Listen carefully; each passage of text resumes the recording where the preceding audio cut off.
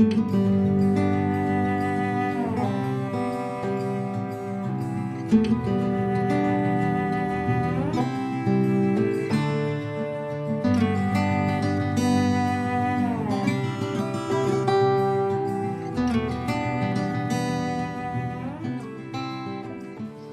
saya Bintari Rohim, umur di 47 tahun, di Lentera Mahika sebagai owner dan founder dari Lentera Mahika yang didirikan 20 Maret 2022. Background saya sebenarnya adalah lebih kepada perbaikan ekosistem. Setelah udah 20 tahun saya bergerak dalam bidang R&D gitu, mulai dari perbaikan ekosistem tanahnya, kemudian tanamannya, kemudian hewannya, bahkan manusianya. Nah, kemudian kami memilih Makot karena dengan penambahan penduduk itu otomatis adanya sampah itu juga akan menumpuk. Apalagi di Jogja ini ada krisis sampah gitu ya. Nah, ini makanya kenapa solusi untuk penyelesaian sampah adalah dengan biokonversi sampah dengan menggunakan Makot.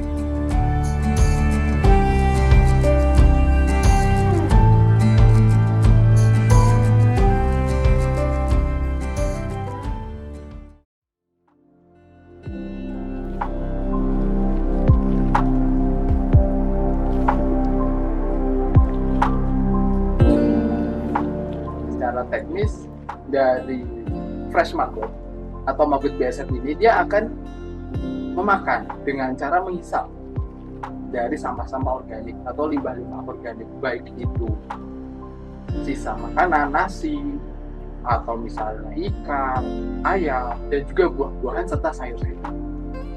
Dalam waktu 3 hingga 5 hari, limbah organik yang dimakan oleh Makot BSF ini akan berubah menjadi serbuk-serbuk hitam atau kecoklatan, tergantung dari makanannya atau limbahnya, akan berubah menjadi seperti serbuk-serbuk pasir.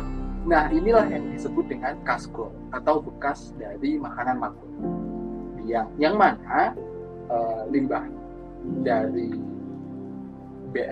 Makot BSF atau kaskot ini bermanfaat untuk dijadikan pupuk. Ini namanya sedang proses panen Makot.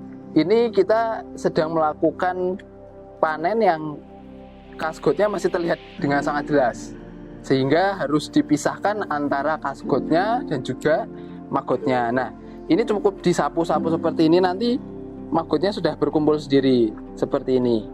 Nah, kaskot ini adalah sisa dari proses biokonversi. Contohnya seperti ini nih. Ini di sini banyak sekali Makotnya. Makotnya sedang melakukan proses makan ya, makan limbah organiknya nih. Kalau dibuka, isinya wah Makot semua. Nah, seperti ini. Ini ada bonggol ya, bonggol brokoli sedang diproses biokonversi, sedang diuraikan. Nanti hasilnya seperti apa? Hasilnya akan menjadi hitam-hitam seperti pasir hitam seperti ini. Nah, pasir-pasir hitam seperti ini nanti ketika sudah kering sempurna, sudah seperti pasir, butiran-butiran pasir kecil itu sudah mulai bisa diaplikasikan untuk pertanian. Untuk saat ini ya, kita ada yang berasal dari limbah rumah tangga, kemudian atau SOD, sampah organik dapur, sampah rumah tangga. Yang kedua, kita juga ada sampah-sampah organik yang ada di hotel, rumah makan, itu juga sebagai limbah organiknya. Yang cukup menarik lagi adalah kita bekerjasama dengan TPS, di mana TPS ini 60%-nya itu adalah sampah organik yang itu belum terolah dengan baik, karena pada prosesnya sampah organik di TPS ini untuk 60% sampah organiknya masih menumpuk, belum terolah dengan cara dibiokonversikan. Katanya sampah organik ya Pak? Apa nih? Katanya sampah organik. Ini mendekat warga atau kampung kan? Ini resto apa ini? Ada warga. Yes.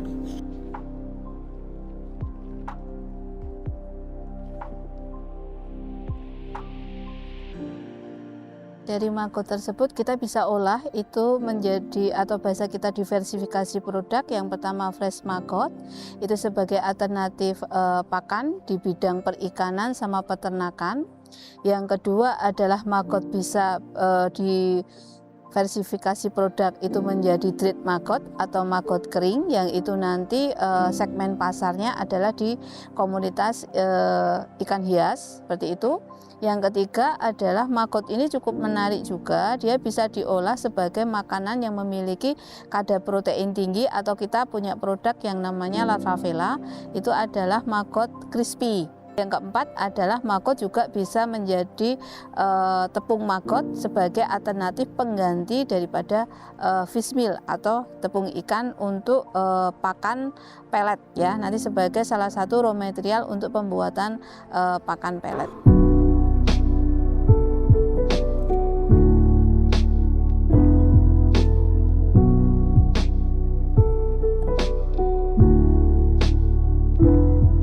Saya bertanggung jawab sebagai pengelola kolam ikan yang berintegrasi dengan Maggot Lentera Mahika. Bagusnya maggot untuk pakan ternak, khususnya di kolam ikan, ya itu pertama proteinnya lebih tinggi, dia bisa sampai 40%. Terus yang kedua ekonomisnya juga lebih murah dibandingkan pelet. Jadi dua keunggulan itu yang akhirnya cocok untuk dijadikan alternatif lele. Kalau dia pakai maggot memang agak lebih lama, bisa 3-4 bulan. Tapi nanti dengan catatan di akhir periode, di akhir bulan, itu dikejar dengan pelet bobotnya. Keuntungan pakai maggot ini mas sebenarnya amoniaknya nggak ada mas.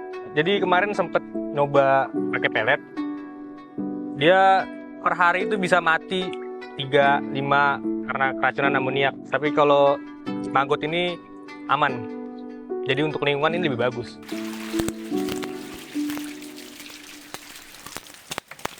Untuk hasil peternakannya sendiri kemarin panen masih ke tengkulak, jadi harapannya besok bisa diolah atau mungkin dijual ke pasar langsung, jadi untuk meningkatkan nilai ekonomisnya gitu.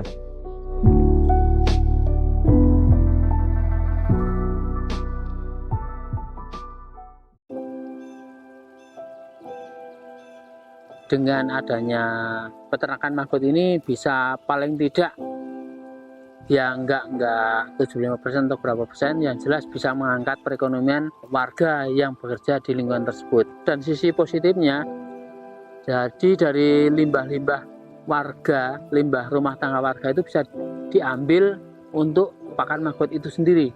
Limbah warga istilahnya sisa makanan, sisa air cucian, beras, dan dari dapur yang bersifat organik bisa dimanfaatkan, bisa diambil untuk pakan maggot itu sendiri. Sampah merupakan salah satu problematik yang luar biasa untuk masyarakat, bahkan bukan cuma masyarakat dalam skala kecil, tapi juga dalam skala yang besar ya, dunia gitu. Salah satu solusi dari permasalahan sampah itu sebenarnya dengan pemanfaatan maggot.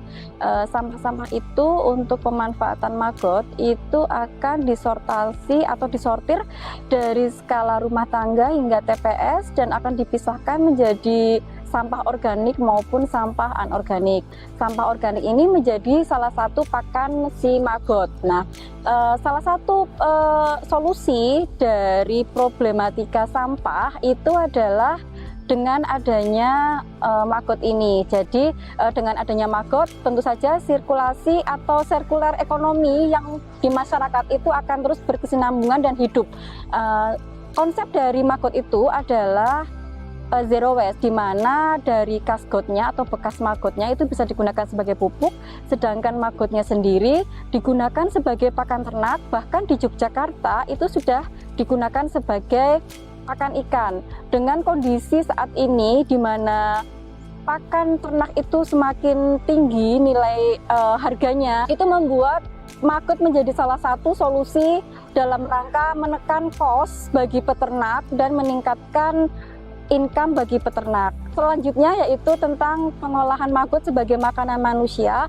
Ini juga masih bisa dimasukkan ke tolerir karena high protein atau kandungan protein yang ada di maggot itu bisa mensuplai kebutuhan nutrisi yang ada di tubuh manusia.